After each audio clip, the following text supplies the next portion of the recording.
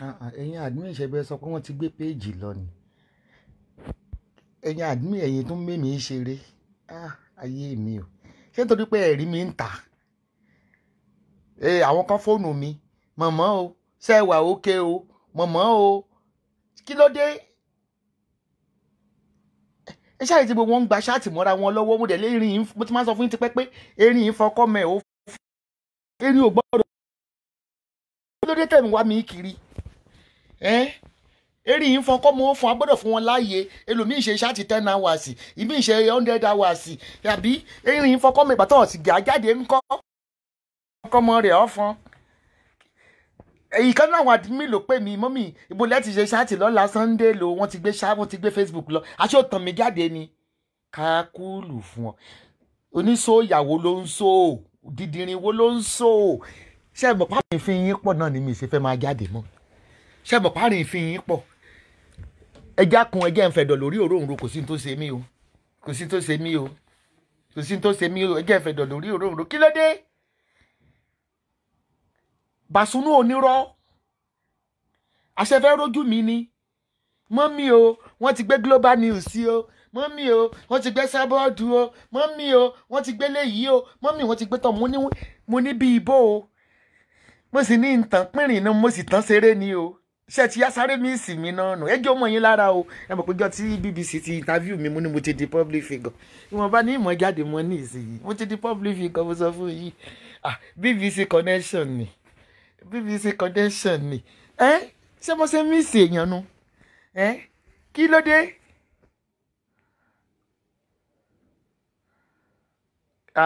inú yín ń dùn wọ́n bí aláṣàbí gọ́ọ̀mẹ̀ntì of Ọ̀yọ́ state kí ló dé èwo ni ẹ̀dá ló ń kọ́ lọ́gẹ́sì táìmù mo sọ fún pé mi ìráyé òṣì mọ́ BBC connection ni ṣe fẹ́ rójú mi ni ojú mi nìyí ṣákàlà rárá kò sí nǹkan kan tí ń ṣe mí kí ló dé tẹ̀ ń wáyà yín kí kí ló dé tẹ̀ ń wáyà yín kí rí ìyá o Bàsúnú tó tàn mí jáde Bàsúnú ṣé àbí ń ṣí rí mi sí nǹkan kan ò ní í ṣe àmì bàtẹ́ àwẹ̀ mi sí kí ló dé yóò mo jáde Facebook ti dọ̀tí Facebook ti dáadáa ti pẹ̀lú orí Facebook eré yìí fọ́n kọ́mọ rẹ̀ ó fọ́n ó dáa ẹgẹ́ mọ́ ọ lọ wọ́n tàn mí jáde ní mi ò mọ̀ pé yóò hàn làzínú ní kò síbi tá ti ṣe ṣáàtì lọ́la o wọ́n ti gbé wa lọ o wọ́n ti yẹ kíní kan mo ní gbé wa lọ bí ìbò wímísì kí ló dé kọ́kọ́ ò ṣe bí wọ́n ní Rashi Adesi wọ́n ní wọ́n dẹ́rùbà wọn nínú gúrùpù wípé ìgbà tí wọ́n pè mí pẹ̀lú fídíò èmi ń jẹ Chinese rice Rashi Adesi mo bọ́ ọ sọ̀rọ̀ rí ṣé mo bọ́ ọ sọ̀rọ̀ rí ọ̀rẹ́ mi láti Àbújá miss you kí ló dé kò sí nǹkan kan tó ṣe mí kàkà láyé ìgbà kan ni mo ṣe gẹta wọn ti ṣe wọdúró kánígbà kan máa ti jáde èmi ò ní láti post for anybody mọ́ èmi ti kọjá level yẹn pàyè ìgbà kan ní ẹwọ wọdúró èmi ò post mọ́ èmi ti kọjá gbogbo level yẹn èmi ò ń ṣara wọn mọ́ kí ló dé we want to see your face yóò bá fòrò ya yín kí ló ṣojú mi kò sí nǹkan kan tí ń ṣojú mi ojú mi lè rí kò sí nǹkan kan tí ń ṣe mí ewé tí náà ń ta night cap yìí ò kì í ṣe láìlọ́ọ̀ ló wà nú ẹ̀ o irú ẹ̀ làwọn actress ní Nàìjíríà ní ìsìn tí yẹ kó gbé sórí wẹ́bsáìtì kò sí nǹkan kan iṣẹ́ ló pọ̀ ṣé wá rí gbogbo ẹ̀yin tá à ń pè mí láti Nàìjíríà bí a ti máa bẹ̀rẹ̀ sí ní ṣò nọ́mbà yẹn fi mí lẹ̀ don't ever call me from Nigeria etí yín ò di ẹ má pè mí láti Nàìjíríà o mi ò bá yín ṣeré Nàìjíríà mo mí nẹ o mi ò bá yín ṣeré o mo fẹ́ kí ìyá ò jẹ yín dáadáa jẹ̀bẹ̀ sábọ́ọ̀dù ń bá yín báwọn leaders yín mo mí nìyí Nàìjíríà ni tí n bá fi text message kan hàn mí lẹ́rìí ní bá ń sunkún àgbàlagbà ọkùnrin ni o ọkùnrin ní bá sì ń sunkún jẹ́ kí ló pọ̀ lẹ́kún òun ń ṣiṣẹ́ ní NEPA bí NEPA bí kinní kan ló ṣàkọ́ bẹ́ẹ̀ kinní kan ti ẹ̀gbẹ́ sọ tó mo ní sórí nọ́mbà yìí tí n bá rí +2 3 4 wọ́n mọ̀ jà fún yín ẹ mọ̀ búyàn àyírọ̀ o ẹyí jẹ́ kán fi búrẹ́dì kó yín lómi ọbẹ̀ dáadáa ó dìjọ́ tí mindset yín bá change tá a bá mọ̀ pé yà ń jẹ yín ǹlẹ́ kò sí nǹkan kan tó ṣe mí kí ló dé ó lè tó ìní we miss you bí o jẹ́ Charlize Israel sí dọ́tà bíi tẹ̀ sọ yẹ ọbẹ̀ ẹja pa ńlá ìyẹn náà mo fi jẹ pẹ̀lú ọbẹ̀ ẹ̀ la kò sí nǹkan kan tó ṣe mí ṣákàlà rádá ojú mi lẹ̀ ti rí kò sí nǹkan kan tó ṣe mí mọ̀ má ṣáàjára mi mọ̀ lémi àti pé ibi iṣẹ́ mo tiẹ̀ wà látàárọ̀ ní tilẹ̀ tó lọ́hùn. bísí gan iṣẹ́ bísí gan then and again mo ní fojú wọ̀nyí but ìbá tẹ̀ tó ti a máa jáde ìbá jẹ́ òdì kìíní ẹ fẹ́ wo wardrobe mi ẹgẹ́ ń súnmọ́ ńgbà náà. èmi jẹ́ pé mo máa ń ga òbò ni ní ìsinyìí ìsìnwọ́ pátá ẹ̀jẹ̀ ń gbé fóònù lẹ́yìn wọ́ pátá àsìkò tẹ́mọ̀ róbò ìyá yín ṣeré lélẹ̀ àtàwọn wèrè tí wọ́n sọ nínú ilé àwọn dọ̀tí kan já wọnú ilé wọn bó ṣe rí mírọ̀ wọn má dọ̀tí rè ní wọn wèrè ó ní iṣẹ́ ti rí ṣòkòtò lókun gbogbo iṣẹ́ rí débí ni tálántóló ṣòkòtò gbogbo bí ìdílé àwọn skáàfù nìyẹn iná lẹ òfófó yìí pọ̀ ẹ fẹ́ rí àwọn gáùnì kò tún gbà tán mo kùsùkùsù gbogbo àwọn gáùns ní gbogbo bí ṣe rí àwọn aṣọ ilé ẹjọ́ ní àwọn barista lọ́yà ló kún bí ẹ sábọ́ọ̀dì lẹ́kìsá nítorí wèmí lèmi ń wọ̀ ẹ̀mí ń ṣe lẹ́kìsá mo kàn máa ń wò yín bẹ́ẹ̀ bá ń sọ̀rọ̀ ni ṣé mo múra nù lé ni àwọn laces ló wà níbí bra wà níbí pátá wà ń bẹ̀rùn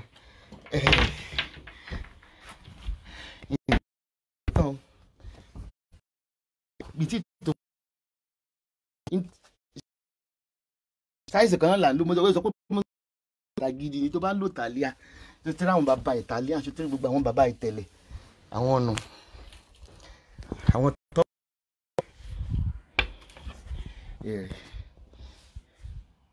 máa yẹn 3-8 ló ṣe kó tó gba 3-8 gan 4 ló pè ó sì kọ́ ló ṣe tẹlifíṣàn tọ̀lẹ́ tó wá bá mi ṣe tẹlifíṣàn ọ̀tọ̀lẹ́lẹ́ tó ìmọ̀wọ́ pátá ọlọ́mọ ní jẹ́kẹ́ dí òwá mú mi pẹ̀lú mírọ̀ yìí kí tiẹ̀ ní ẹ̀yin lẹ kú lóbò mi náà bí má fi hàn yín kó sì tó burú ń bẹ̀ ẹ̀yin lẹ lóbò mi bẹ́ẹ̀ bá rí iná ibẹ̀ náà mo ti bí gbogbo yín ibẹ̀ mo ti bí yín ó ga jù gẹ́ ń bòbò mi dáadáa kíní ẹ bá máa lọ please mommy please don't go mo yẹ ẹ wo ni kó mọ́ tí ì lọ èmi yóò pa ní ìsinyìí èmi yóò pa actually mi fi bẹ́ẹ̀ wo chat lọ títí mi fi bẹ́ẹ̀ mọ̀ tó ń sọ̀rọ̀ ṣé ẹ rí nǹkan kan tí ò yé yín ni wípé bí ìbá ń ṣe pé afọ́jú Kàsálí kọjá ààyè rẹ̀ ni ebi tí máa sọ màá ní gbogbo àwọn pásítọ̀ lèmi máa ń sọ èmi ń dárúkọ pásítọ̀ kò sí tó kàn mí pẹ̀lú ọ̀rọ̀ pásítọ̀ mi ń dárúkọ individual and again àwọn sources ibi tí iṣẹ́ yẹn ti wá bẹ́ẹ̀ bá ń gbàgbé ọ̀rọ̀ yín 20 ọdún ni o yín 20 ọdún ni o mo máa ń forgive ẹ̀ bí wọ́n ṣe máa ń sọ mi ń forget inú yín 20 ṣé ọ̀dọ̀ olórí àwọn ṣẹ́ báyẹn mi ò lè dá sí tó gbogbo àwọn tó ti wá yẹn gbogbo ibi tó ti sáìdì ibi tó ti wá yẹn no ìgẹ́tà sí bí ni o so mi ò lè dá sí iṣẹ́ yẹn bí tí mo kàn mọ̀ ni pé mi ò lè dá sí but Genesis is an idiot tó gbé ẹgbẹ́ ẹ̀ lọ Ọbásanjí is a coward. bá sọ̀rọ̀ mi bẹ́ẹ̀ mo tiẹ̀ bá sọ̀rọ̀ rí gan ju tó pé mi sórí láìsàn mi ò bá sọ̀rọ̀ the wish mo pé òun Macaulay Sam Ojo tó ń pe Sọjí they are all bloody illiterate ni ṣé Sọjí jẹ́ bí blogger ni Sọjí is a bully. Sọjí is an illiterate. Ta ló certified as a blogger? Nini. So gbogbo táwọn wèrè kan ní pé Genesis àbá mi sọ̀rọ̀ ṣá ọ̀rọ̀ burúkú ló máa gbọ́ lẹ́nu mi náà bá mi sọ̀rọ̀ gbogbo yín bìlí pé èmi ò gbowó lọ́wọ́ anybody rí sẹ́ àti olóṣèlú tí mò ń jà fún yín gbowó lọ́wọ́ anybody ṣá ẹ wo àwọn tó pè mí Nàìjíríà gan ẹ mọ̀ bí àwọn tó fẹ́ bẹ̀ mí lórí case tó wà nílẹ̀ ni mi ti ẹ̀fẹ̀ gbọ́ gbá anybody láti Nàìjíríà you shouldn't call me kí lẹ fẹ́ pè mí fún mi òun gba bribe kí lẹ fẹ́ pè mí fún àrọ́wọ́ àwọn lẹ fẹ́ pa fún mi ẹ gbọ́ pé mò ń sanwó adájọ́ náà mò ń sanwó lọ́yà.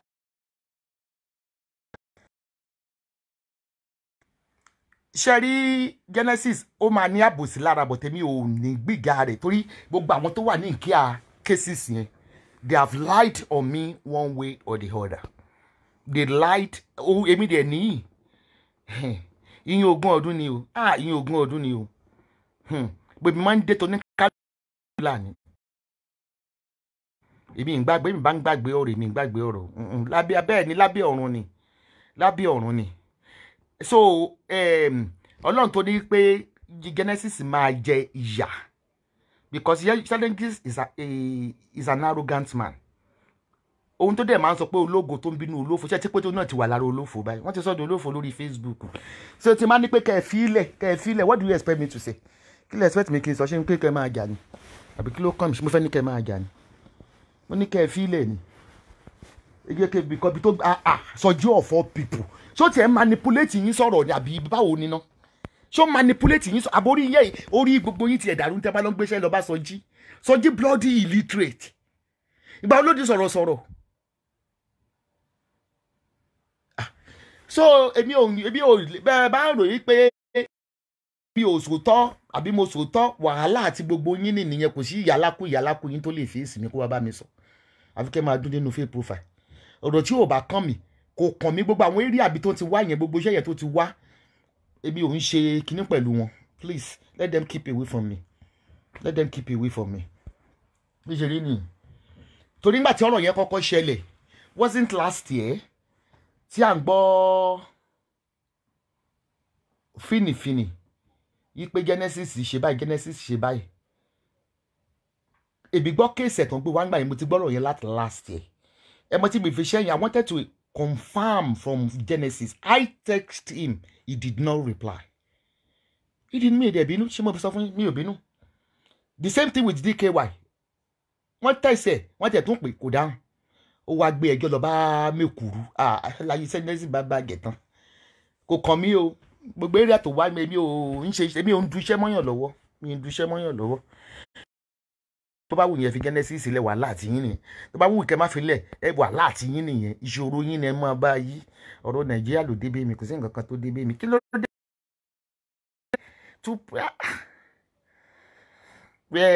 because tí mo kàn mọ̀ ní wípé once a liar will always be a liar ayọ̀ ń sọ kó kú bẹ́ẹ̀ ìmọ̀ gbàtẹ́jọ́ ń fọ́lé nílùú yìí ní London ìbáyín dáwó rẹ̀ rí ìmọ̀ kọ́ lọ lé ìyá Ṣẹ́gun méjèèjì lẹ pamọ́ mi bọ́ọ̀ bó ṣe fẹ́ bìlífù tó bá sọ ó Bukky pè mí lóòótọ́ náà 4 days ago ó pè mí kó tó pé DKY ó pè mí kò expect mo máa dájọ́ báyìí yín ogún ọdún lọ́rọ̀ mi torí bó ṣe sọ pé mi ò bìlífù tó sọ torí òpùrọ̀ ìyá Ṣẹ́gun mímí náà mo ṣe ní pé fún bí mo ti bẹ́ẹ̀ sọ̀rọ̀ bó mo ti tẹ́sẹ̀ bó mo ti pè ẹ́ yín ogún ọdún ni o ní ìsìn bó bá sọ pé Genesis rèpù ó lè rèpù for real tẹ̀sí bí mi kú nínú yàrá iṣẹ́ tiri mo fi ń ṣàdúrà lóru ni bá ti pórúkọ àwọn màlẹ́kà mi mo lè pè ní 2000 times wọ́n ṣe báyìí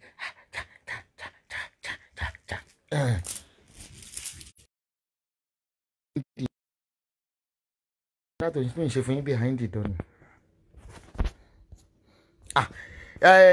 ọmọ ẹ mọ orúkọ lọ ilé babaláwo kí ló ní ṣèbí ẹ bá mi mọ̀ wá tẹ́ ẹjọ́ mú lọ ó wá lébi fún lórúkọ 8 mo kàn máa wo gbogbo yín dẹ́ mọ ẹyọ mẹ́wé kẹ́ ẹ ṣọ́ra yín gidi mọ́ ìtàn pé mọ̀mọ́ ń pẹ́ fẹ́ dáríjì mo kàn máa ń wò yín ni Aries máa ń dáríjì ṣùgbọ́n a máa tọ́jú ẹgbà yẹn pamọ́ wí alọ́ṣẹ́ sọ pé a wà vengeful gan Aries máa ń gbà eléṣogún ọdún exactly tí mo sọ nìyẹn yìí pé báwo ló gbà tó pè mí mo kàn báwo ló ṣe fẹ́ kí n jà fún ọ èmi awo ìyá Ṣẹ́gun ìjìnlẹ̀ pánpán gbàtẹ́jọ́ ń polóògùn mi ìmọ̀ èmi ìṣe oògùn mi ìṣe nǹkan so ọ̀rọ̀ yóò kàn mí o ẹ má mú gbogbo rádaràdá tẹ̀ ń bá Genesis yìí ṣe àti rádaràdá tí Genesis yìí ṣe ẹ má gbé dọ́dún Ìsàkà ní ọ̀dọ̀ tèmi I'm not interested iṣẹ́ Nàìjíríà ló débé mi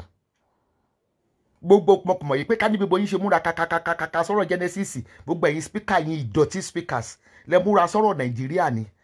ẹni alèmú láàlédì mọ́ ìbọn wọn dẹ̀pù ní ṣọ́ọ̀ṣì rìdíìmù náà ẹ ṣe sọ̀rọ̀ ń pa ẹ̀yìn náà ẹni alẹ́ mi ìkà láì káwọn èèyàn máa gang up ni mi láì kéèyàn máa gang up láti sọ téèyàn bá ṣẹ́ mi máa face ẹni yẹn solely máa face ẹ̀ ni without anybody mi ò gan mọ́ fáwọn mi weak man ẹ mọ́ jáde fún mi ibi gan ọ̀rọ̀ bá bọ̀ ọ̀rọ̀ mo yẹ káwọn èèyàn máa gang up mi láìkẹ́ tí mo kàn máa wò pé wáì tí gbogbo yín tí ẹ ṣe máa dájà yín jà ọtí gbogbo yín wá sọ fún èmi the same thing tí wọ́n fẹ́ ṣe fún Rufus Abẹ́ nìyẹn kí n tó parí ẹ̀ kí n tó wá paná síbi ọ̀rọ̀ Rufus Abẹ́ pé bí n pé gbogbo yín kílẹ̀ tẹ̀ ń gàgọ̀ jókòó kílẹ̀ tẹ̀ ń gàgọ̀ gbàtí Rufus Abẹ́ ìṣẹ́yìn ẹ̀yin ò ṣe jáde lẹ́yọ kọ̀ọ̀kan gbogbo ọ̀tẹ̀ kan máa gàgọ̀ yẹn mo hate ẹ̀ bàjẹ́ àmì one woman mopo màtí máa wọ́n ẹ̀yàn ọmọ ewé ni pé ẹ mọ lọ lé ìyá yín ẹ mọ gbìjà mi àfẹ tí n bá fẹ́ fún lésì ibi tọrọ ẹnu mi ò dá wọn lọmọdé ẹ láṣọ kó lákìsí àbá ẹgbẹ́ àgbà ni mi rí kíní ẹgẹ mú gíláṣíìsì òbò mi o kádẹ ti torí pé àbá yín sọ̀rọ̀ nísìsiyìí ká máa wọ napi nítorí mìíràn ká máa wọ napi àwọn olòṣì àwọn tí ó kúrọ́pù òbò mi wọ́n ranjú mọ́ ẹ̀kẹ́ ló lẹ fẹ́ rí. bó ni reading glasses wọn náà kéṣìṣì yìí ó rẹ pé reading glasses lélẹ̀. àwọn olòṣì wọn lè sọ pé oògùn lélẹ́yìí o ìtú mo fi ń de candle fún yín ni tẹ fi ń gẹ̀ǹgẹ̀ ní àwọn àwọ́ọ̀dù mi ló wà láàrin.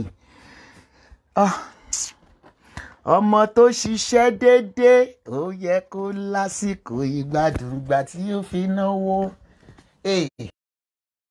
dé ó ti bẹ̀rẹ̀ láti bí ìrákòrò káwọn ẹni tó fi hùn ó ti di ọ̀tá níní káwọn ẹni tó dèrè ó ti when you're big I understand. bóyá torí pé mo jẹ́ Aries ní ẹ̀pọ̀ máa ń darúkọ Aries gan I don't gang fight. tí gbogbo èèyàn bá ti gẹ́gẹ́ mi náà máa bá jáde máa jọ ẹ̀yìn kí ló fẹ́ fárìn fún. I don't gang fight. Ma fẹ́ báyàn jà má bá jà sóòlì. I don't gang fight. Mommy, your cap look like Kemi Olunloyo. Mommy, your cap look like Kemi Olunloyo warm. Ma, it is Ibadan thing. Ká kúlù fún ilé ọgbọ́n. Ìwọ ilé dídìrín, ilé òmùgọ̀, ilé pàṣẹ wọ́bọ̀wọ́bọ̀. Ẹ wá o, mo ti di good girl. Ẹ jọ̀ọ́ nítorí ìjọ tí mo ti di ẹgbẹ́ kíkí BBC kò tó péyàn fún interview out of gbogbo àwọn tó wà lórí Facebook mi wọ́n rí mọ́ mo ti wá proud gan mo proud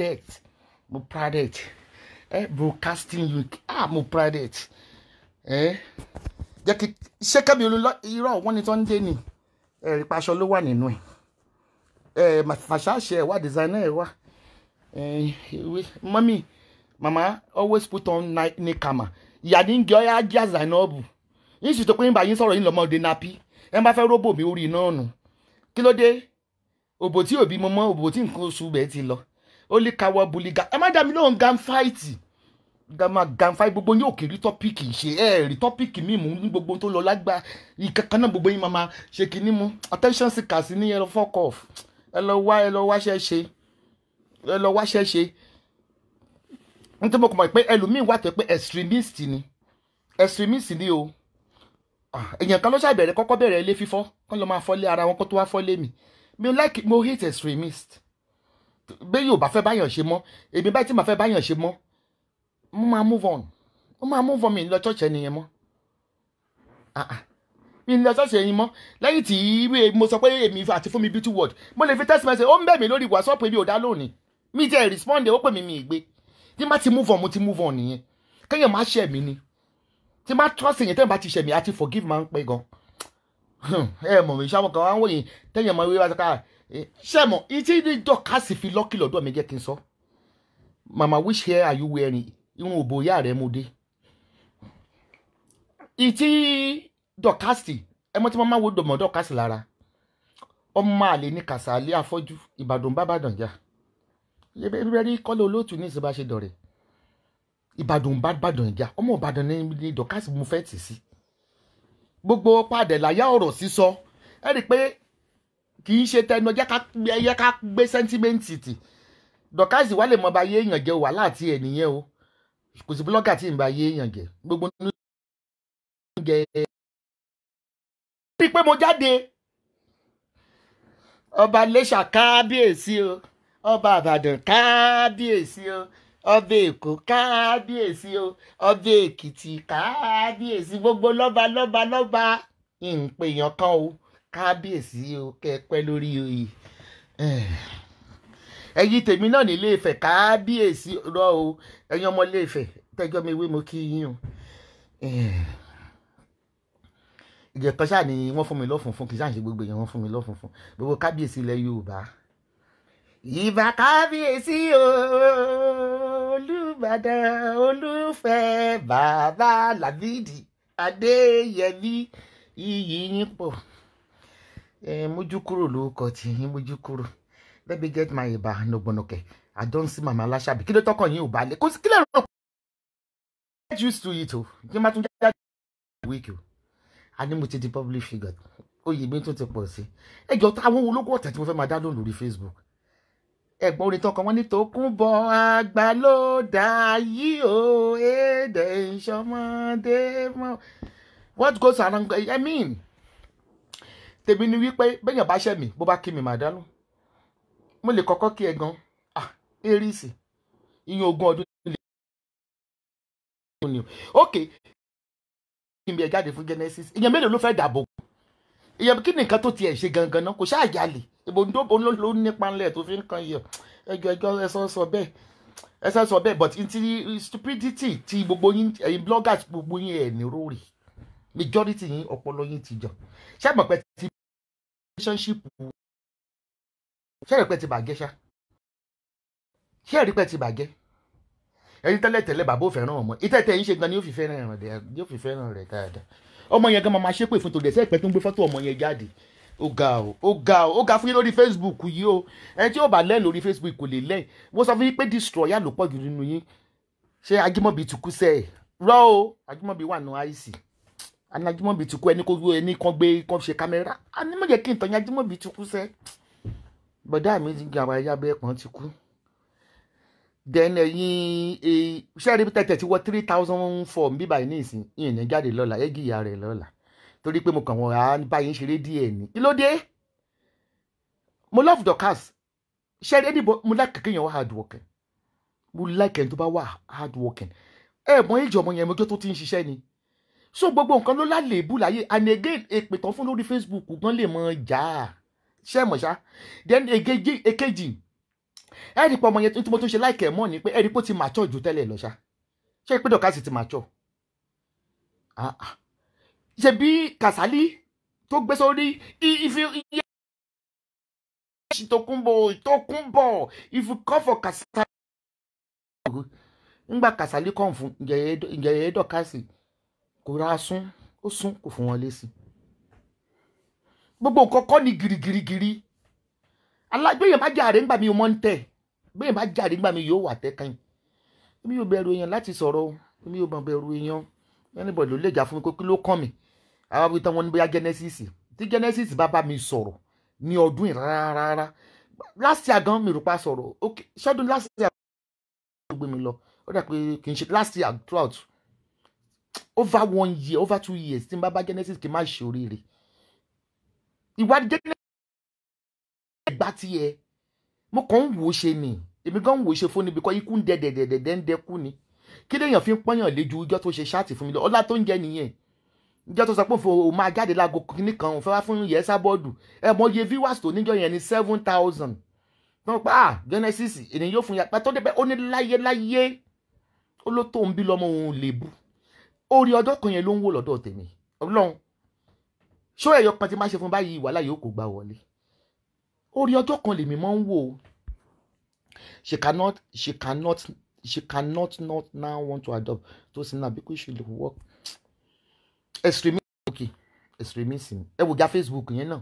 extremism ebi ò bẹ̀rù kankan nínú yín ẹ bá fẹ́ jáde ó jáde ilé ilẹ̀ bọ̀rọ̀ inú yẹn lọ́rọ̀ ẹ gbé sódà o wọ́n ṣe bálabàlá yìí kí ló dé ṣọ́ọ̀ṣì ò dámọ́ òde má lọ bẹ̀ mọ́ wọ́n rẹ́pù bẹ́ẹ̀ dẹ̀ má lọ bẹ̀ kí ni gbogbo òṣì kí ló lórí burúkú gan kí ló ṣì gan ìkọ́kọ́ lẹ́gbọ́ lẹ́nìí Anamáyọ̀wá briefly tó ní pásítọ̀ Ondo ọmọkùnrin àwọn yóò ń boys ẹgbẹ́ṣẹ́ yẹn náà nà ṣé rí ìtí ọ̀rọ̀ Genesis tí ò fi mú mi lọ́mú ṣé gbogbo yín wà lórí show over a year ago nígbà tí mo wọ́n Genesis mo ní lálẹ́ tó ń lọ sókè ń bọ̀ mo sọ fún yín náà gbàgbé kò tiẹ̀ sí nǹkan kan mo ní Genesis the way tó fi ń ṣe bó ṣe wúwa ò ní pẹ́ jábọ́ mo tún wá fi bọ̀bọ́ kan tó ló ní transformation èkó tán ló náà ń ṣe bí tiẹ̀ ó ti lọlẹ̀ ìgbéraga ta lé ńgbà yẹn ìgbéraga ta lé àwọn ní olófo ló ń bínú ológun mo ní wọ lẹ́nu pásítọ̀ àti ẹ̀gbọ́n lẹ́nu olórin ṣèbọ́mọ ọ̀tá lólórin olórin òbẹ̀rù ọlọ́run náà ìwọ pásítọ̀ òun sọ kí mo dẹ̀ sọ mo ní olófo ló kún ṣọ́ọ̀ṣì ẹ̀ àwọn èdè tó ń lò yẹn Yeye Judy honestly dọ́ọ̀dọ̀ him my respect for ignoring Kasali drama ayélala attempted that so bad ọlọ́run gbọ́ àwọn Dọlápọ̀ gan fẹ́ fi dọ́ọ̀dọ̀ ignore wọn kí ló dé èwo ni kínú máa bí ó bínú tó mi nà ó bínú tó mi ló mú mi àgbọ̀njọ́ ó bínú tó mi nà bàbá wa ń sọ kọ́mọ́ ti sọ̀rọ̀ iye ewé gbogbo iye Genesis báwo Genesis wà láì kò lówó mi Genesis báwo alágbè Genesis àwọn ni wọ́n pè ní gbàgbọ́ tí ò níṣẹ́ òkú ní bó ṣe wà yẹn gbàgbọ́ àwọn ò níṣẹ́ náà jágbàjágbà làwọn ìmí ń ṣiṣẹ́ ni mo ti ṣiṣẹ́ darí lẹ́ni tó wọ́n tún ṣẹ̀ṣẹ̀ wá bá wa fa iná sí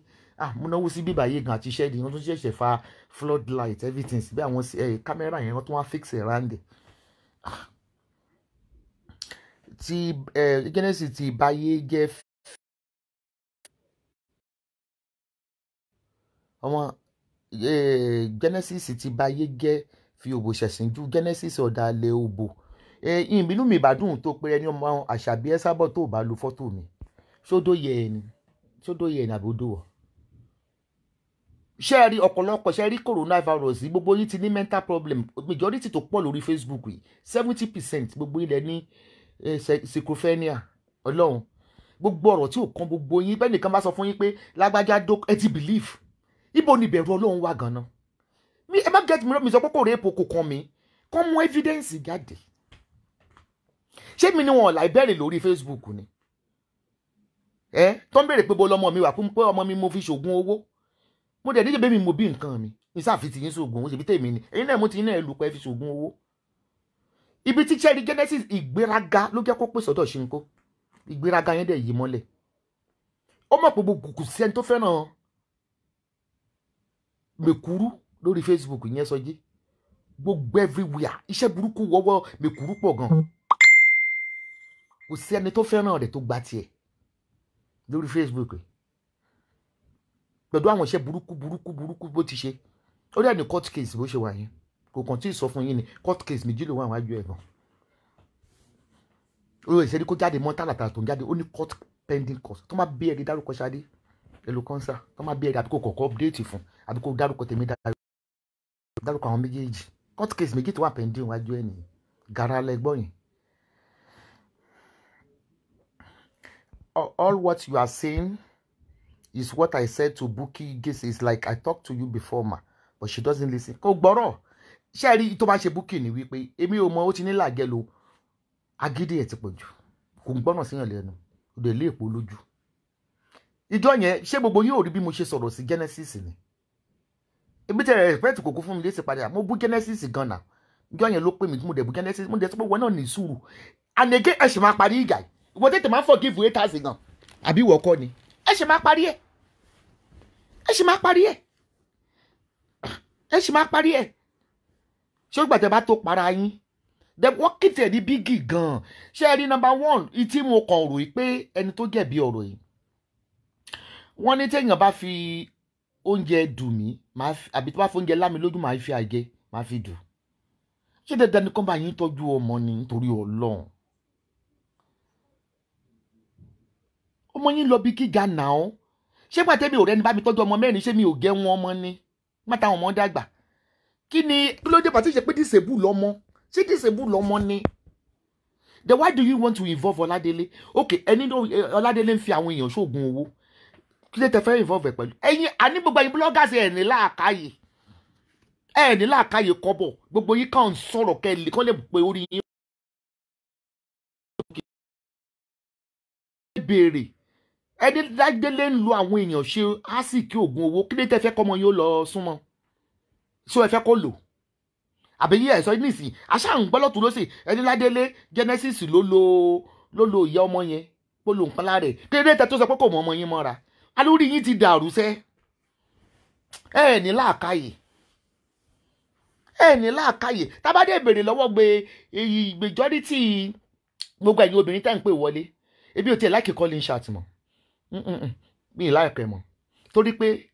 70% àwọn tó máa ń ṣe calling yẹn aláyébàjẹ́ pátápátá ayé àti ọ̀run wọn they are depressed they are a sadist. Why should we be doing a calling? Ẹ tí wọ́n fẹ́ ṣe ṣáàtì kó náà jáde lórí platform kó lọ ṣe ṣáàtì náà àìtò tẹ́yìn ká èmi kàn notice lára tèmi pé àwọn tó máa ń pè wọlé yẹn wọ́n máa ń dákún pọ́blẹ́mù gbogbo wọn dẹ̀ ní majority inú iná lẹ̀ ń lọ inú iná ẹ lọ ná kí speaker tó lọ nínú iná àtọkùnrin o ayé ọkùnrin ló ti ẹ̀ bàjẹ́ jù náà àwọn kọ́lé yẹn ayé àwọn ọkùnrin bàjẹ́ gidigidi wọ́n láyà tìjọ́ tóbìnrin méjì bá ń jà wọ́n ní máa lọ kó bá ọkùnrin lágbóolé ẹ̀yin ọkùnrin yìí àfi kẹ́yìn ọkùnrin máa kẹjọ wá bá wà ní ìsìnká máa bá yín parí rẹ̀ ẹ̀yin òkùnrin tẹ́ gbé rọ́bà sábẹ́ tẹ́lẹ̀ ẹgbó kó sábẹ́ ẹ̀yin aládànwó ọkùnrin káàkùlù fún yín. àìlèjà ní kọ́ni ṣò àìlèjà ní bó ti àwọn tí mo ti wáyé tì jù nígbà tí spíkà bá ń sọ̀rọ̀ wọn ò ní kẹ́ ẹ pè wọlé ẹ mọ̀ pè wọlé alólé orí ibú ló pọ̀ jù nù yín ẹ lọ tún nú ilé yín ṣe ọ̀dẹ yín depression ti payé ẹ̀yin single parent ṣé mi ní ìsinyìí ṣáàbì tí oríṣi mélòó mo wò lé ní ìyá ọlọ́yàn wá bí wá ṣiṣẹ́ ta àwọn tó rọyàn wá pàápàá monday so yẹ ọ̀nà náà fún ni ọ̀nà náà fún àtúntò màtọ́ kúnbẹ́. But Folúwa màámi you don't know what is going on a lot of evidence is on ground ma kó wà bẹ́ẹ̀ ṣé wọn ọ̀mọ̀nà ọlọ́pàá yẹ́yìn jẹ́ bí ọlọ́pàá ni ṣẹ́yìn jẹ́ bí ọlọ́pàá ẹ kó sí i lọ ṣẹ́yìn jẹ́ bí ọlọ́pàá dẹ̀ gbọ́dọ̀ lọ pé iṣẹ́ ìmọ̀ ẹ̀ ní connection ẹ̀ lọ bá ọlọ́pàá ní Nàìjíríà náà ìtọ́sí ìtí délé gan ṣe idiot nìyí you are still gang fighting ẹ̀rọ ti pé dédé ṣe nǹkan kan ní last year tó yẹ kí gbogbo yín gbárùkù tì ẹ̀ sọ̀rọ̀ stop gang fighting ẹ jẹ́ kí Bukky kò lọ dá problem ẹ̀ solve stop gang fighting kẹ́ kó sì lọ ẹ kó ranù lọ irú yín ni pẹ̀lú wọ́n tí Bukky ti pamọ́ everybody irú yín ni Bukky máa parọ́ fún yín lẹ́ máa gbàgbọ́ àbí ìṣe Bukky jẹ́sẹ̀ ni ẹ sún sẹ́yìn ẹ kó ranù lọ ṣé nígbà ọ̀rọ̀ tó yẹ ká ẹ̀dá sí láti àǹkan tí Genesis ṣe tẹ́ pé kò lè rí ìjọba Ọlọ́run wọ̀ tó ṣe láti ẹ̀dá sí táwọn èèyàn kú church ẹ̀ nígbà àjọ̀dún ẹ sọ̀rọ̀ náà ẹ kó sí ìlọkùnrin àmì pé wọ́n ti tó kan ẹ̀wọ̀n yẹn kan ní 21 years wọ́n dé kiri ọ̀rọ̀ dídó lóbò bó bá rí ìrìn nípa odò wọn ní réèpù ọ bó bá sì réèpù yẹn ẹ lọ sí ọ̀dọ̀ ọlọ́pàá kẹ́ lọ report náà ẹ lọ ọ̀dọ̀ ọlọ́pàá kẹ́ lọ report ṣé ẹ bẹ́ẹ̀ kí solution àbẹ́ ń da gbogbo ẹ̀ kí ló tẹ́ ẹ̀ dá sí please mommy please we can compare children in Europe and Nigeria getting to take care of our children in Nigeria. Jesus Christ. Okay, kí ni rate single parents tó wà Nigeria? Àní ìyá ọmọ yẹn ò lé ní. I'm still repeating it. Ìyá ọmọ yẹn ò lé ní. Ṣé mi ò tọ́ ọmọ Nigeria rí as a single parent? Tí ìyá ọmọ tó bá ń ṣiṣẹ́ kò ṣe kí bàbá ọmọ kan wá ní pé ó fẹ́ gbọmọ lọ́wọ́ mi ní ìsìn. Màá ní pé lòlú náà lórí ọmọ òun. Ọ̀lẹ ní í ṣe bẹ́ẹ̀. Ọ̀lẹ ní í ṣe bẹ́ẹ̀. Kí iye ṣé dandan ni kí ìyàwó mọ̀ ni? Okay, yín lẹ sọ pé this particular Genesis ẹ ló lóògùn ni. Kí ẹ̀jẹ̀ tó ń fọmọ yín ibẹ̀ ṣé kó lè lórí rẹ̀ kó fi gún ṣe. Délé olóògùn ó ṣoògùn ó ń lògo gbogbo àwọn tó ń ṣe pé ẹ tó fẹ́ kó lògo ọmọ yín ìbéèrè ni mo béèrè obìnrin alábọ̀dọ́ ni máa ń pariwo láyé èsìn táwa wípé bàbá ọmọ mi ò bá ń tọ́jú obìnrin alábọ̀dọ́ ni only what I know ni wípé mo ti sọ fún yín so many times ebi ò kì í target any pastor ẹ yẹ pé mo ṣe bẹ̀bẹ̀ nígbà tí Kàsálẹ́ olórí burúkú nìyẹn ìyẹn Kàsálẹ́ afọ́jú àlọ́ nígbà tí olórí burúkú Sọjí tó fẹ́ ba yí ẹ̀jẹ̀ tí mo rí pé ọmọ Ìbàdàn ni mo ní kó fi àfi bí káyà jẹjẹrẹ irẹ́ mo fẹ́ popular ìta tán ni èyí ó lẹ́ ti ká mọ́ bù mí irọ́ ẹ ti abọ́ọ̀dù bọ́ọ̀ bí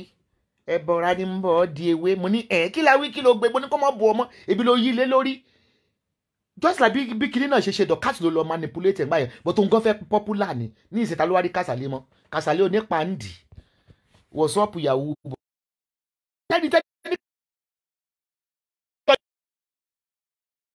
tí Kasali rape why gang fighting why you gang fighting kò sí pásọ̀ tí ń rape gbogbo wọn pátá ni àti sẹ̀lẹ̀ o gbogbo wọn ni gbogbo pásọ̀ lòún rape the same pẹ̀lú àwọn àfà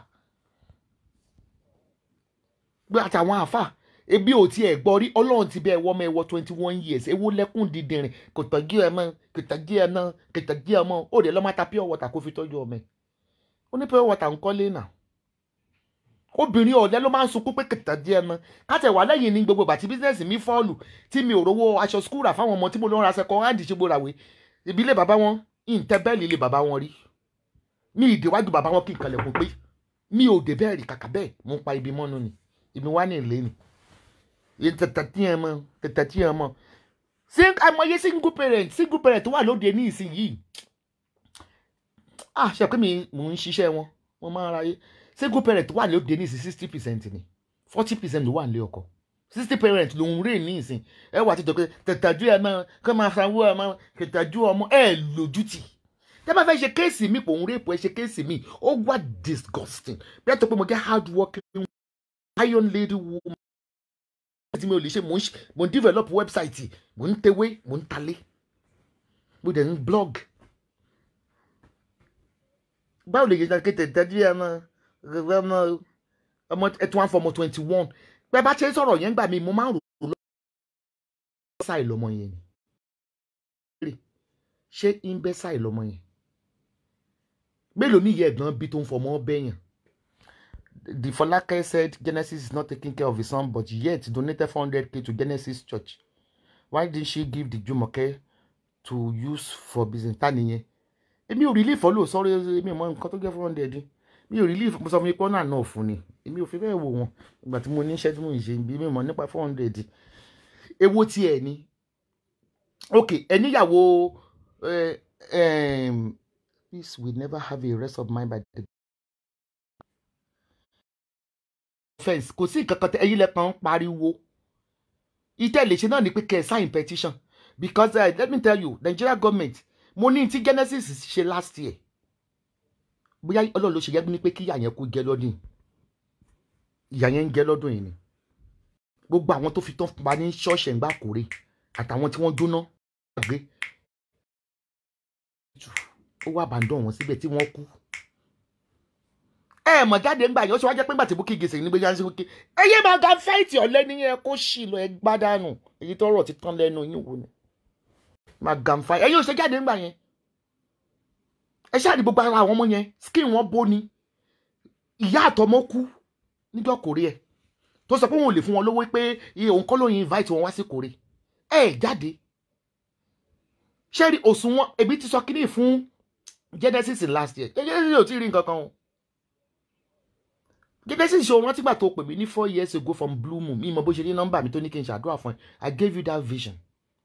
ṣé mo fẹ́ vision 4 years ago mo ní bo lẹ ti rí nọ́mbà mi tó ló gbà lówó èèyàn kan ní pọ́lọ́ ní pé kí n gbàdúrà fún ẹ mo rí vision sẹ́yìn yọ yẹn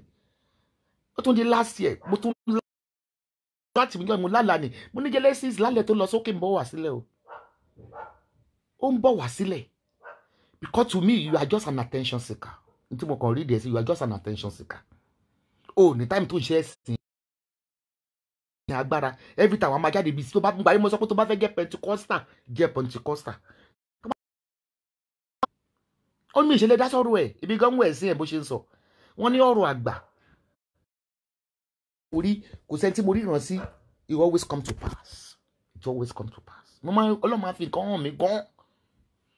Ọlọ́run máa fi nǹkan hàn mí gan because mi bá wà ní tọ́lẹ́tì mo fẹ́ mi bọ́ lọ́run sọ̀rọ̀ bí mo ń rí mo fọ́ mi bọ́ lọ́run sọ̀rọ̀ bí mo wà lórí bẹ́ẹ̀dì tí màá wo tẹlifíṣàn tó fẹ́ mi bọ́ lọ́run sọ̀rọ̀ Genesis ò tí ì ní pọ́blẹ́mù nǹkan kan wà tó gbọ́dọ̀ lọ confess mi ò fẹ́ bàtẹ́mi ríran sí ẹ̀yìn wọ́n gbọ́n láṣìá àwọn òṣèlú sọ pé ẹgbọ́n tán wí o wọ́n sọ ń gbà yẹn nǹkan tó kọ́ dùn mí ni pé mo yé ti kí obìnrin máa sọ pé ọkọ ò tọ́jú ọmọ mi mo yé ti ẹ̀ ọlẹ́tọ̀ọ́bìnrin yẹn gan bá ya dìdìrìn tó ya wèrè tó yí ọ̀lẹ ṣé mo máa sunkún bí ó bàbá ọtọ́jú ọmọ Ọlọ́run ní tọ́jú ọmọ òrukàn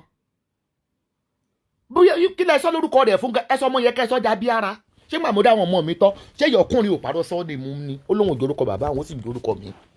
èyí obìnrin fẹ́ ṣe ń jẹ mo ní wò ní pẹ́ wọlé ọkọ ò ní láti ṣe ń jí tiẹ̀ simple as abc ẹ sọ ọmọ táìbà ní sọ́ọ̀nì mu ẹ yọgùn dípẹ́ kó lóbi orúkọ ẹ sọ ní abíyára ọmọ tí ò ní bàbá níjà abíyára abimoro kejì kí lẹ fẹ́ bá yọ ọmọ yẹn jẹ́ fún kí lẹ fẹ́ bá yọ ọmọ yẹn jẹ́ fún because tèmi gan ní nípa Genesis kò yẹ kọ́ ọmọ yín gan súnmọ́ Genesis but why gun fighting ẹgbẹ́ iṣẹ́ yẹn wọ́n fi mi ò lè ṣe torí iṣẹ́ táwọn èèyàn bá ti pọ̀ débi òun ṣe sẹ́ẹ̀tì yín mi ṣe sẹ́ẹ̀tì in all ramifications àrígbẹ́ máa ṣiṣẹ́ kan náà. Genesis Church is Monday to Sunday for all lazy youth ẹ má dá lóhùn ṣẹ́rí paparazzi ló máa ń ṣe mi kàn láìkẹ́ attention seeker ni ó bí lípò òun wá powerful ṣe jẹ Genesis gbogbo ká máa sọ yí pé sórí gbogbo ẹ̀yin pásítọ̀ náà lè máa ń sọ bọ̀tí náà gbogbo yín ó kù sí wọ́n ní pé mi ò kí ń yí pé mi lè ṣiṣẹ́ Sam Ojo ẹ pé mo rescue Sam Ojo náà gbà yẹn Sam Ojo mi ò bá sọ̀rọ̀ mi ìgbà sísì lọ́wọ́ ẹ̀ mi ì mọ́ fóònù nọ́mbà Sam Ojo ìtòbó kọ̀mọ̀ ní wípé èmi máa ń sọ fún yín pé ṣọ́ọ̀ṣì ó ní àdánwò tẹ ní Nàìjíríà mo ní nǹkan mẹ́ta ló ń gba yín ìjọba ń gba yín ọba ń gba yín ṣọ́ọ̀ṣì náà ń gba yín wọ́n ń gba yín àwọn Muslim tètè máa ń tàṣírí ara wọn lọ́wọ́ àṣẹ kí n rí wọn púpọ̀ àwọn àfáàyè máa ń tàṣírí ara wọn gan but àwọn ìjọba gan abẹ́ẹ̀tì churches wọ́n mọ̀ pé wọ́n pé fraud ni wọ́n dẹ̀ abẹ́ẹ̀tì wọn so èmi ò bí ìbá dá sí kì í yẹ pé mi ò mọ tó wà lágbègbè tó ṣẹlẹ̀ pátápátá ẹ mọ̀ wá Genesis tó mi ẹ̀kan ni mo bá abẹ́ mi di mo bá ẹ̀kan ìgbà tó pè mí yẹn ẹlẹ́ẹ̀kejì ni ìgbà tí mo wà lẹ́kọ̀ọ́ tó pe fún mi beauty world lẹ́gbẹ̀ẹ́ mi tó kàn ní kínkín èmi ò ń bá sọ̀rọ̀ kí n ṣọ́ lọ́rọ̀ mi torí ìgbéraga ló fi ìgbéraga yẹn gbé wọ̀ all of a sudden then bó tún sọ nǹkan kan ní ìjọ tí Bukky pè mí tí mo wá sórí bó tún sọ nǹkan kan ìjọ tí Bukky pè mí tí mo wá sí láìsàì Genesis sórí gbogbo ìgbéraga ó rẹ̀ pé ìwọ gan ó wà controversial ẹnu èyí lọ́kọ́ oníjànú ṣé dandan ni kò respond ni ìrora ni wàá fi rẹ̀ wé bàbá Adébóyè ìrúgà ọ̀ rí bàbá Adébóyè àmọ́ ọ́fíìsì ọmọ iye ọdún táyé rìdíìmù ti wà ní gẹ́ òní wọ̀ bẹ̀rẹ̀ ta ló mọ̀ ebe bó rẹ́pù bímọ yẹn mo ti ṣe bẹ̀rẹ̀ kò sí tó kàn mí ọ̀lẹ́ obìnrin ló ń sunkún pọ́kùnrin ò tọ́jú ọmọ ẹ kó gbogbo ṣíìtì ẹ kó bẹ̀ tó bá fẹ́ bá Ọládélé wí ẹ ṣe kéèsì ìgbà táwọn èèyàn àwọn tó kú nu ṣọ́ọ̀ṣì ẹ̀ táwọn ọlọ́pàá bò mọ́lẹ̀ kó dẹ̀ ṣe máa pààyàn táwọn ọlọ́pàá máa ń bò mọ́lẹ̀ tọ́ọ̀gì ní Genesis for real it's a tout 2x2 gan lójú wọn jẹ́rìí pé wọ́n jọra wọn àwọn lọ́wọ́ kúkúkú méjì but stop gun fighting mi ò ṣe bá yín dá sórí ilé mi ẹ mọ̀ gbé èmi náà mọ̀ bá yín gbé kí ló fẹ́ fa àrìnfín mi lè bá yín gbé o tèmi tí mo ti sọ lẹ́ẹ̀kan ni mo ti mẹ́nu kúrò ń bẹ̀ yẹn gẹ́gẹ́ bóyá kọ́ mọ̀ yìí pé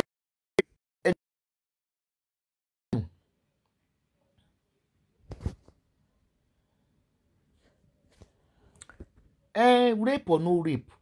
where is the evidence police report tẹ́lẹ̀ mi ò kì í ṣẹjọ́ báyẹn ok Fọlákẹ́ tó ń pè police report ni wọ́n gbà ẹni kan gbé síta kárí ẹ dá mi lóhùn ẹni kan gbé síta kárí ẹni bọ́ sórí orí Facebook yìí ilé ìparun ni ara àwọn olùṣọ́ wà lára àwọn tó ń dìtẹ̀ mọ́ kẹ́tọ́kọ̀ yẹn lẹ́ o because ogun ò ní tẹríba ó ti ṣẹ̀ sí Ọlọ́run Ọ̀ṣọ́fà pé wọ́n ti ẹ̀ràn ẹ wá láti headquarter láti Kétu orí tó bá dé church ẹ o láwọn eruku ẹ̀ á ná wọn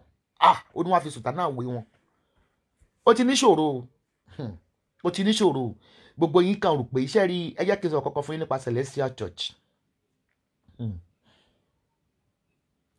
in my life I will continue to bow my head in Celestial Church not the Celestians but Celestial Church it's a pure church full of Holy Spirit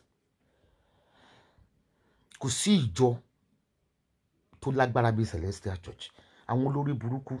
olùṣọ́ àgùntàn náà wọ́n bá ṣẹlẹ̀ jẹ́ wọ́n pọ̀ kì í ṣe Genesis nìkan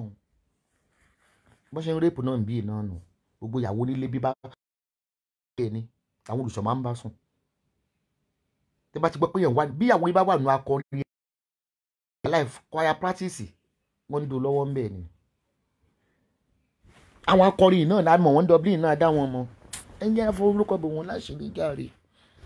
wọ́n dó para tó bá ti wà ní sùtánà bá yẹ ìmí tó máa ń jó báyìí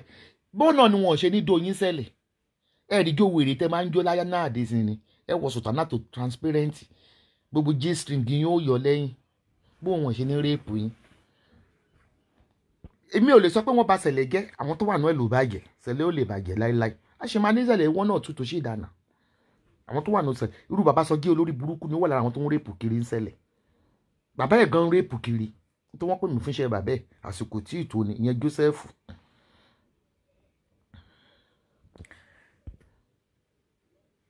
so ìdébì kan rí pẹ̀lú ọ̀rọ̀ yẹn ni pé ẹ má bìlì pé Bukky Jesse ló fẹ́ bring Genesis down torí everybody mọ̀ pàlà ṣèjọ extremist ní Bukky Jesse in tó ṣẹlẹ̀ last year yẹn àwọn ẹ̀mí tó sọnù tó tún pe Genesis wọ́n rìkọ́ọ̀dù ẹ̀ ńgbà yẹn mo gbọ́ ní o ẹnìkan ló ṣe ṣáàtì yẹn o tí Genesis sọ yìí pé àwọn tí ibi Korea làwọn yẹn wà wọ́n kàn jókòó síta nu pé wọ́n máa ń ṣe àti bàbà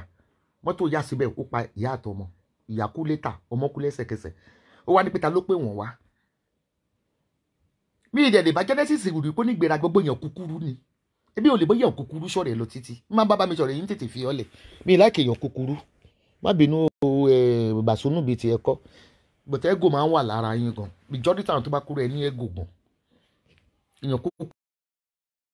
ẹni mọ̀ pé Sọjí àti Genesis jọra wọn kúkúkú jọ ni wọn ìka kúkúkú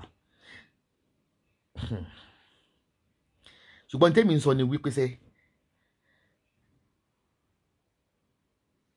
àmọ́ iye gbogbo yẹn èmi máa ń yẹra fún yàn ni kálí mi Bukky Jesse máa yẹra fún ni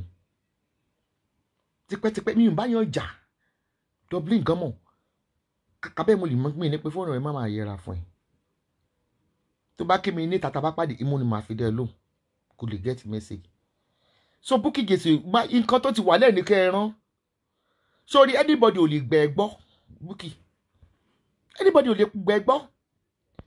ó dàbí kí bí ẹbí ń pẹ́ aláṣọ àdúrà máa sọ̀rọ̀ ní ìsìn gbogbo yẹn nìyẹn máa ń yá lówó ń gbọ́ mo yé lè lówó mo yá wọn lówó mo yá wọn lówó mo ríran ikú ìyẹn mọ̀ pé gbogbo tó bá jáde lẹ́nu ẹ̀ irọ́ ni.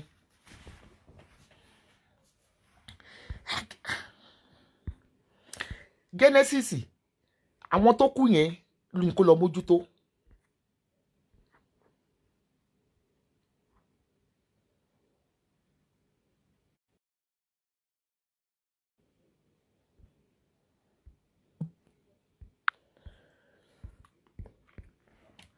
So mo ti block ẹ fi sílẹ̀ jẹ́ kó ṣe lọ. Ok gbogbo yín pariwo rape àní lẹ́tà dà tó bá dẹ̀ rape ọmọ yẹn gan ti tó age àti sùn bàbá ẹ̀ ẹ pẹ̀tà ọmọ mi bá fẹ́ sùn bàbá wọn ní sùn bàbá wọn wọ́n ti lé ní 18. ibùgbọ́n nílùú òyìnbó á sọ fún yín pé ọmọ yẹn gan lè sùn bàbá ẹ̀ so àti pé ó ti di ọmọ rape or no rape 22 years ago.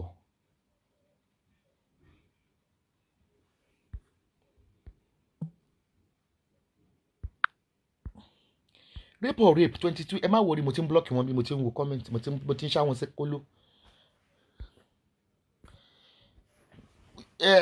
Rape ṣé ní gbogbo àwọn tó bá kúrú yẹn wọ́n máa ní ego gan because wọn kì í fine wọ́n máa ní ego gan àwọn náà tẹ́bá rí wọn pati ìgbáyà náà máa fi rìn bí aláṣọ ikú ṣe bẹ́ẹ̀ rí tó lọ ń kúnlẹ̀ síwájú onílé pé olówó ṣe tó gbé ẹ́stéètì fún mi wọ́n máa ní ego gan èmi ti mọ̀ tipẹ́ pé ṣé rí bó ti mọ̀ ojú àwọn pa mi mo ní Genesis ti ṣẹ́rẹ́yìn Nàìjíríà ní ti Genesis ń ṣe fún yín yóò jẹ ẹgẹ ṣé àwọn ìjọba ló sì fi ìyà jẹ yín àwọn pásítọ̀ yín ó fi ìyà jẹ ṣégeyà bí wọ́n ń pariwo ṣégeyà fún yín láti jẹ ẹ bìlífù ẹgẹ ṣégeyà ọ̀pọ̀lọpọ̀ pé ọkọ ẹ̀gán dádì nínú ilé ọ̀pọ̀lọpọ̀ gan ń kúnlẹ̀ fún bàbá rẹ̀ bẹ́ẹ̀ bí ìfọ̀kàn bẹ́ẹ̀ bá lálàá gan nínú ilé ìyàwó ẹ̀ ní rọ́ọ̀là fún ọkọ yín my daddy in the Lord daddy in the Lord gbogbo ẹ̀yọ́ kọ́tẹ́ wà bíbá ẹgbẹ́ ọkùnrin ẹgbẹ́ jẹ́ kí n sọ tọrọ fún yín gbogbo yín ni àwọn pásọ̀ yẹn báyàwó yín sùn gbogbo yín pátá ni ẹni tí ilẹ̀ mọ́ bá ní bàrà o gbogbo wọn pátá ni gbogbo àwọn pásítọ̀ yẹn ẹgbẹ́ sórí igi ńlá tó jáde nígbà yẹn náà tó ń bò mọ́lẹ̀ àwọn ọlọ́pàá yẹn máa ń bò mọ́lẹ̀ òun náà ṣe lọ ń kówó fún wọn nígbà pandẹ́míkì wọ́n ń bribe wọ́n ń san táàkì fún gọ́ọ̀mẹ̀ntì gbogbo ló ń rèpù pátá ẹ má trust anybody o àtàrúgbó nu wọn ló ń rèpù gbogbo wọn bọ́n fi ń ṣoògùn ni ọlọ́run ló mọ̀ ṣé Kàsálí ò rèpù ni mo ló rèpù cousin mi tó lóun fẹ́ lọ sí Dubai tó lọ bá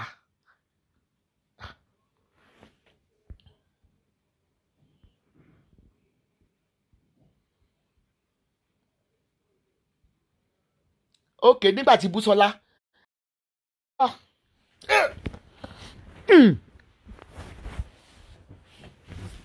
gbogbo yẹ má tẹ́ bá lẹ̀ ń gbìyà Bùkọ́lá Jesse ẹ̀ ń dẹ́ṣẹ̀ tẹ́ bá fẹ́ dí pẹ̀lú Genesis ẹ̀ dí pẹ̀lú ẹ̀ ẹ rántí tó ṣe nígbà tí Bùsọ́lá rape tí máa ń Fátóyìnbó gbàyẹn ni bí ló bẹ̀rẹ̀ sí ń ṣe àfátóyìnbó ó ní kò lè rape man of God ni báwo ló ṣe fẹ́ kéèyàn fẹ́ bí iṣẹ́ rí ọ̀rọ̀ Bùkọ́lá mi máa ń wò fáwọ̀ ọ̀fù ni o àpòrọ̀ mọ́ ni tako ni máa ń wò fáwọ̀ ọ̀fù ni o Mama, I need Olúwo number. I want to gbọ́ iṣẹ́ Olúwo woman. Thank you. Olúwo sọ́yẹ́ bí o tiẹ̀ lọ Facebook mọ̀ sẹ́ ọlọ́run Barcelona ló jẹ́ kí n jáde sẹ́ ó ní wọ́n ti flag page wa ó ní mọ́mí àní pé wọ́n ti flag page wa mo ní yẹ kí lórí láǹfù kìíní nìyí bí wọ́n àwọn ọmọ ìwé tí wọ́n àṣọ wọn lọ ṣe meeting ni tó ló screenshot ẹ̀ fún mi àwọn rashades gbọ́n sọ pé màmí ewé kìíní kankan ẹ rò pé ẹ fẹ́ ọgbọ́n gbẹ ẹ̀yin lẹ́mọ̀ járe kí òun sọ ń gbà yẹn Onífátóyìnbó woman tó sọ pé ó rèpù òun gá tó sọ pé ó rèpù òun pẹ̀lú ṣé pure water àbí kí ló fi rèpù ẹ̀ ń gbà yẹn bí gálà ni àbí nǹkan owó gba gálà àbí nǹkan ìwọ búkì náà ló gbà yẹn ló bẹ̀rẹ̀ sí ń ṣe Àfátóyìnbó tiẹ̀ náà dénú ìdí bá ní káyẹ rí bá dé bọ̀ kó o fara mọ́ sórí ìwà tí Genesis kámà ló yẹ ìméjèèjì lọ́nà kámà ni because káyẹ Genesis apààyàn ni ká máa sọ̀rọ̀ jù nínú ìgbà yẹn yanjú ẹ̀ but ìgbà tí mo kàn mọ̀ láyé ìwí pé béèyàn bá wí àákù ìbúwò ló wà lẹ́nu yín tẹ́fẹ́ bómi lórí Facebook tí n ti wọ̀ èmi ò ń parọ́ yín àṣọ pé tó kó máa bú mi tíjọ́ yẹn bá mi lẹ́rù gómìnà yẹn mo ti ẹ̀jókòó pẹ̀lú Chinese rice gẹ́gẹ́ mi bá ní kí n máa wo interview tí dọ́kásì ṣe lọ́dún náà wọ́n bá ní pé ẹ̀kọ́ orúkọ lọlé babaláwo 25 ó ní iye ewé fún ní 20 àbẹ́lẹ̀ tẹ̀lé mo fún bíi mẹ́jọ ni mo dẹ̀ lanu pé ẹ̀rọ ló pín máa gbàgbé báwọn èmi ò ń gbàgbé ọ̀rọ̀ báwọn mi ò gbàgbé nígbà tó kàn pè mí náà mo kàn ń wò ẹ̀ náà ni pé mi sọ̀rọ̀ pé ní má wọ̀rí bí má fẹ́ réèyàn tó bá disappoint mi cover yourself because the wardrobe is mirror ká kúlù fẹ́ tó kọ kínní mi mo là á ní ìsìnwọ́ pátá wáyé tí mo sì mọ́ fi ń bora sóyè yín dídìrín ọbẹ̀ ẹ̀dẹ̀ so àwọn atomic prayer oní ṣẹ́rí Genesis is an extremist gbogbo nǹkan tó ń ṣe yẹn kì í ṣe ìlànà celestial kì í ṣe kárí mi ló ń ṣe ṣẹ́rí ọ̀rọ̀ mi dàbí ọ̀rọ̀ Tibetan ni Tibetan máa ń sòótọ́ ọ̀rọ̀ gan gbà tí mi tètè mọ̀ wẹ̀ táwọn ẹwọ́rú bọ́ ṣe parọ́ nísẹ̀lẹ̀ Dublin bíbá yìí ń gbà yẹn tí wọ́n parọ́ mọ́ yìí pé wọ́n borí èèyàn nù ẹni problem o ẹ̀yin ìṣẹ̀lẹ̀ lẹ́ǹdẹ́gun ìgan lẹ̀ o kò fi wà rẹ̀ là no kò rúdù sẹ́mi o mo bí pákéjì náà nígbà tí wọ́n bá mi pé kí n wá àdúrà pé ó ti mọ̀ pẹ́nu mímú kí wọ́n lọ ta sóun ni o mo ṣe gbogbo ẹ̀yẹ pásítọ̀ orí Facebook ẹyọ kọ̀ọ̀kan ni gbogbo yín lẹ́ẹ̀tẹ̀ pátá ọlọ́run ò ràn yín ẹ wá gbáyàn lórí Facebook ni tó bá wòyìn wọ́n lè fi ń dín dòdò wọ́n lè fi ń dín ìkọ́kọ́rẹ́ wà láti gbogbo yín kò kàn mí evangelism ni pásítọ̀ máa ń ṣe ẹ lọ nú ọjà ẹ lọ nú hospital ẹ lọ prison kẹ lọ deliver àwọn èèyàn kẹ ẹ kó ṣe kẹ ẹ gbádànù ta ló ráyè tí 4,000 lóru Mommy, and Genesis is getting there. Mommy, and Genesis got pata Yomide in the office. Don't think Yomide. Yeah, and me any mental level on Facebook alone. Please don't let that twins pop out. Sanko success. That was okay. That looks ti káàbọ̀ ẹlẹ́nu náà. Gbáwó ló láwùn kí mi má jẹ́ kí òbò mi hàn síta lẹ́nu sanko sọ́sẹ́ẹ̀sì. Anyway, wọ́n ti ní pé tí ewé bá pẹ́ nínú ọṣẹ á gẹ̀gbẹ̀. Ta ló tún ń jó? Olúṣọlá Fálúàdé pẹ̀lẹ́ mo láwọn lùlù fún mi. Pẹ̀lẹ́ má ṣe o, má ṣe o, má ṣe o. Ó láwọn nígbà tó sọ pé ó fẹ́ ṣe mo ló lè ṣiṣẹ́ mi ò kàn ṣe ni torí pé there is nothing new bóyá tó pẹ́ ẹ̀ lọ́sẹ̀lẹ̀ rí ni pé inú bẹ́ẹ̀ wọ́n làwọn àdágbà sí. But Sọjí torí Sọjí yẹn tí everybody gbọ́ everybody ṣe ń jáde fún torí Sọjí kẹ̀ olùgbéṣẹ́ fún ẹni tí ò ká pamari síìsì Sọjí kan máa bá yé ẹ̀ jẹ́. And again ìwọ àti Bukky fẹ́ràn ara yín ní reason ni wípé kí ọ̀rọ̀ ètò di iṣu atayanyan Sọjí tí ń bú bàbá Giba Gèsè ó dẹ̀ nítorí Giba Gèsè ló ṣe ń bá Sọjí sọ̀rọ̀ ó nítorí Giba Gèsè torí ẹ̀ ló ṣe ń bá Bukky sọ̀rọ̀ wọ́n dẹ̀ ń bú bàbá Bukky.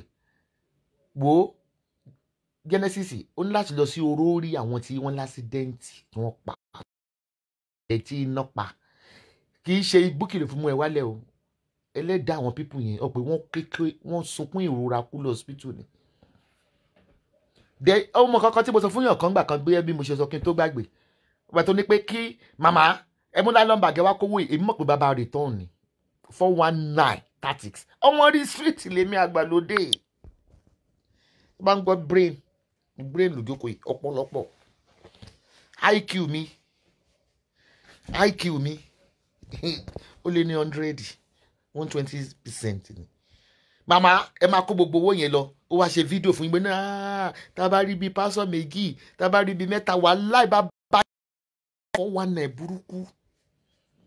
bàbá return ọtí gbàtà nìkan lọ ṣe sáfíìsì bẹ́ẹ̀ nìyẹn sọ fún mi wípé ó ń dìmáàndì owó chọ́ọ̀chì gan tó bá fẹ́ ṣe paparazzi ló máa ń sọ pé àti pé ìjọ tán tó ṣe pé ẹnìkan wọ́n fi padlọ́ọ̀kì dé oyún rẹ̀ 419 ní délé 419 ní délé bọ́lọ̀ bọ̀tà yín olùṣọ́ àgùntàn ṣẹlẹ̀ yòókù tí ẹ fẹ́ bà orúkọ Ọlọ́run Ọ̀ṣọ́fà tẹ́mi ò bá gbójúmọ́ bàbá Ọ̀ṣọ́fà ọwọ́ mi gan bàbá gate Ìbàdàn I was working there kátó dé Guru Maharaj bó sáré kó lẹ́nu búùtù ni old Mercedes convertible báyìí. So gbogbo yín ẹ̀yin ṣẹlẹ̀ anyway ayé tí yín òkùnkùn dáná ẹ̀yin tẹ́ ń borúkọ ṣẹlẹ̀ gẹ́ ṣe pé tí ayé àṣírí Genesis ṣe tú ni pé orí social media ó máa ń complicate ààrẹ Genesis mo wo ṣòtò ṣáàrọ̀ ọkọ̀ ló ṣe ni ó ní you a pastor you a prophet you a motivational speaker you are an entertainer